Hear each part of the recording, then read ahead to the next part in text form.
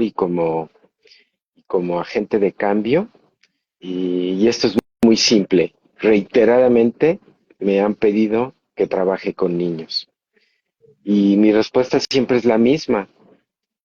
Los niños no son los que necesitan trabajar, no son los que necesitan al psicólogo, son papá y mamá y los adultos en el entorno de los niños. A- Ahora, en una situación desesperada, eh, un padre me dice, bueno, pero ¿cómo puedo ayudar a mi hijo? Yo tomo las sesiones contigo, yo hago cambios, pero ¿cómo puedo ayudar a mi hijo? ¿Cómo puedo cambiar mi relación con mi hijo? Y a mí se me hizo bien fácil y bastante hipócrita decirle, pues cuéntale una metáfora, ¿no? Claro, ya me había oído hablar, ya había tomado sesiones conmigo como padre, como persona en sus asuntos personales, y me dice, oye, pero tú me has dicho que los niños son muy buenos para deshacer las metáforas, que le cuentas al niño, ay, fíjate que era un conejito que se portaba mal y que no obedecía a sus maestros, y el niño pues baja la cortina y, y hazlas complejas, que no parezca una metáfora, que el niño no se dé cuenta. Me dice, pero para eso se necesita creatividad y además saber qué es lo que vas a embeber en la metametáfora, conocer la estructura por lo menos de una metáfora con programación neurolingüística. ¿Por qué no me la escribes tú y yo se la leo a mi hijo? Y pues me puso contra la pared, ¿no? Dije, bueno, está bien, le escribo. Esa es una vertiente, ¿no? Ahí, antes de continuar, tengo que hacer otro antecedente, que es la otra vertiente de las metametáforas, que es lo meta. Desde que nació mi hijo, con muchas dificultades para dormir de noche. Le daban las tantas y no se podía dormir. Cuando finalmente se dormía, se despertaba en la madrugada y había que de nuevo. Y bueno, intenté de todo, de todo, de todo. Lo primero que dio resultado fue la licuadora. Le prendía yo la licuadora y como muñequita de trapo se quedaba dormido. Eh, pero luego él mismo empezó a hablar y a rechazar la licuadora. Bueno, no, no, la licuadora primero dejó de surtir efecto, ¿no? Y luego vino las lucecitas del arco voltaico del piloto electrónico de la estufa. Y entonces yo accionaba el piloto, se hacía el arco voltaico y él se Bueno, dormía. no, Juana, te voy a preguntar, ¿por qué estas estrategias que usabas? ¿De dónde las sacabas?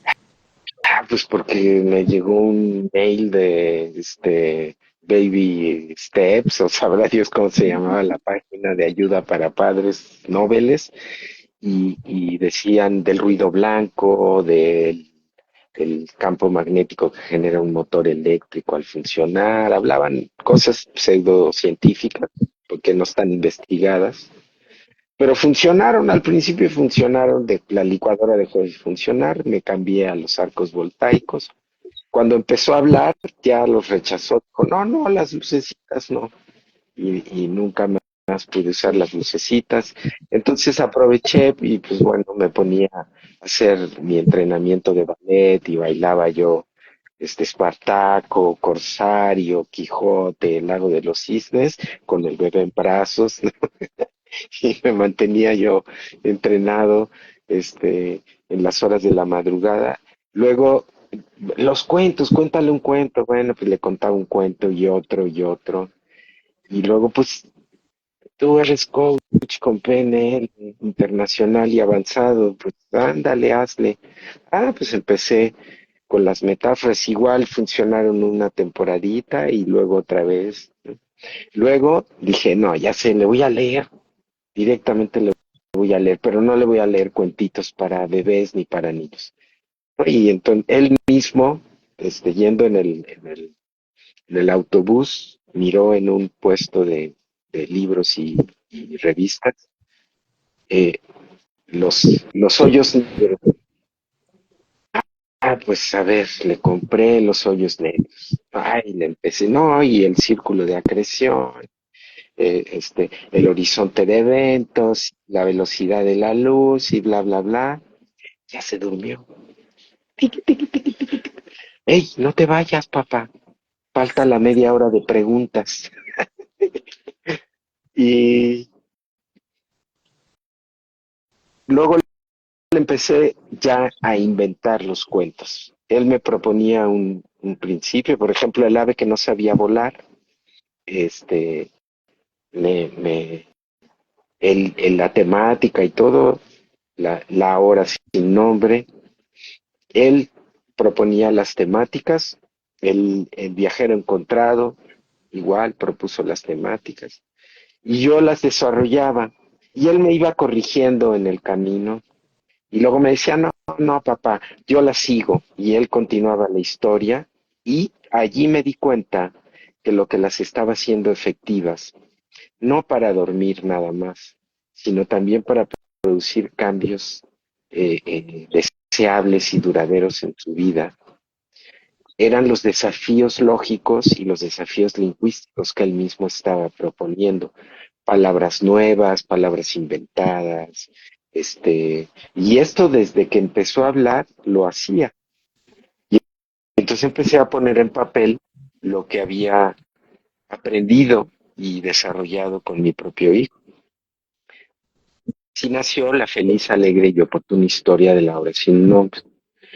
Entonces este papá muy entusiasmado se la lee al hijo que tenía problemas de lenguaje, le hacían bullying en la escuela, una serie de situaciones en su vida que la volvían desagradable y que lo estaban volcando sobre sí mismo con tristeza y con desamparo, porque además el papá vivía en otra ciudad y la hora sin nombre empieza a surtir efecto y empieza a cambiar radicalmente la vida de él. Se vuelve un niño seguro, entusiasta, se empieza a manifestar con, con firmeza en la realidad que lo rodea y cambia.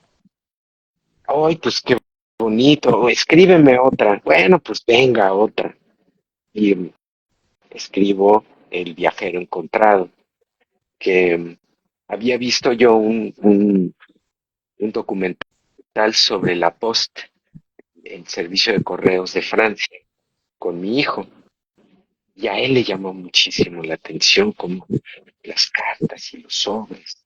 Empezó a coleccionar estampillas, timbres postales pues de ahí salió el tema para el viaje encontrado. Y luego vino otros grandes amigos, Marta y Michel, que me piden que escriba El ave que no sabía volar. Esta la había desarrollado con mi hijo muchos años antes, la pongo en papel y y empiezan ya Marta y Mitchell como médicos, ¿no? Ella es oncopediatra, él es cirujano ortopedista especialista en hombro, la empiezan a prescribir a sus pacientes, a sus conocidos y, y empiezan los cambios asombrosos. Ahora, ¿m? Ellos son médicos. Ellos son médicos, oncopediatra ella y cirujano ortopedista especialista en hombro él. Y ahora, en la pandemia, Andrea Repeto, la doctora Andrea Repeto, eh, ella me había consultado por algunas otras cuestiones antes de la pandemia o los principios de la pandemia. Y de repente me llama y me dice, oye, mira, me traje a mi ahijada aquí a la casa porque está con un absceso dental brutal. Los odontólogos no están atendiendo en su casa, pues ya después de días de encierro encima este problema, la cosa estaba a punto de estallar y yo como médica me puedo mover por la ciudad, fui por ella, me la traje a mi casa, lleva varios días sin poder dormir, con muchísimo dolor, una inflamación deformante de su cara, está muy asustada porque pues, se ve en el espejo y ve, ¿qué hago? Y yo me río y le digo, pues, no sé, la doctora eres tú, ¿no? Y me dice, no, es que eh, necesito, necesito eh, eh, una ayuda. Mm. Yo sé que tú puedes ayudarnos. Y le dije, bueno, mira, ¿qué edad tiene? No, pues tiene 6 años. Uf, no, pues, ¿sabes qué? La hora sin nombre. Léesela en voz alta, si se queda dormida, te esperas a que terminas la lectura. Tú como doctora vas a verlos ya en el hecho de que se quede dormida, el primer signo de que está saliendo del cuadro. Se la, se la lee en voz alta, la nena se duerme una siesta de 4 horas y media. Obviamente, el quedarse dormida, pues fue la confirmación de lo que yo le decía a la doctora. Cuando despierta, ya no tiene temperatura, la inflamación desapareció, o al menos estaba muy notablemente disminuida. Obviamente pudo dormir, entonces hay ya un estado deseable de reparación. Termina el día y 12 horas después de haberle leído la hora sin nombre, el cuadro había remitido por completo. No había absceso, no había infección, no había temperatura, no había inflamación. La nena de súper buen humor se ve en el espejo, salta de gusto. Y a partir de ahí, pues yo la autorizo a prescribir. Le digo, pues mira, esto yo creo que se lo voy a donar a la humanidad, porque por la experiencia que he tenido antes, es una tontera quererse hacer rico y famoso con algo que sí funciona. Le dije, lo mejor es que lo regalemos. Y ella lo empieza a prescribir y empieza a obtener resultados en casos clínicos, ¿no? Recientemente acá en México, Marta eh, me notificó que allí ella trabaja como oncopediatra en uno de los hospitales más antiguos y más importantes públicos de México, el Hospital Juárez, en el área de pediatría y obviamente en el piso de oncopediatría.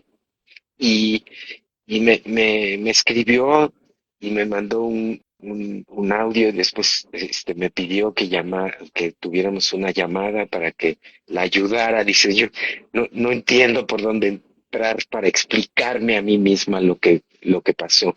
Y pues, ¿qué pasó, no? Y me dice, tenemos aquí ingresado desde hace 3 meses a un niño de 7 años que entra con un absceso en el área de Broca, a lo cual se le atribuía que no hablaba. Y durante 3 meses no habló. Se le hizo todo lo que se le podía hacer aquí en el hospital y cuando ya le iban a mandar a su casa, no aliviado, no con un tratamiento, sino más bien, pues, no sabemos qué tiene y no sabemos cómo se va a arreglar. Sabemos que tiene un absceso en el área de Broca y hasta que no desaparezca el absceso no va a volver a hablar. Ella se acerca a la mamá y le dice, permítame hacer un último intento. Le voy a leer un cuento a su hijo. Y la mamá dice, pues que lea los cuentos que quiera, ¿no? Pues mañana me lo llevo. Y al día siguiente le lee esa tarde el cuento en voz alta, le leyó El ave que no sabía volar, que justo lo escribí para un nene que estaba mal diagnosticado con un autismo profundo no verbal, que resultó tener altas capacidades, un gran matemático y además un gran corredor, y que en el trabajo personal conmigo empezó a hablar, empezó a decir sus primeras palabras. Entonces le lee El ave que no sabía volar pensando en que pues, había sido escrito para un niño así. Llegó sorpresa. A la mañana siguiente, el niño amanece sentado en la cama, platicando y jugando con el niño de la cama contigua. Y entonces los médicos, ¿no? Esto es inexplicable. Al tomógrafo y me manda la imagen con tremendo absceso, así con un charco que parecía el lago de Chapultepec en, en la tomografía. Y me dice, explícame. Y dije, bueno, pues no tengo nada que explicar. Evidentemente el diagnóstico que hicieron pues se cae, se, se destruye en minúsculos pedazos en astillas filosas y peligrosas para los médicos.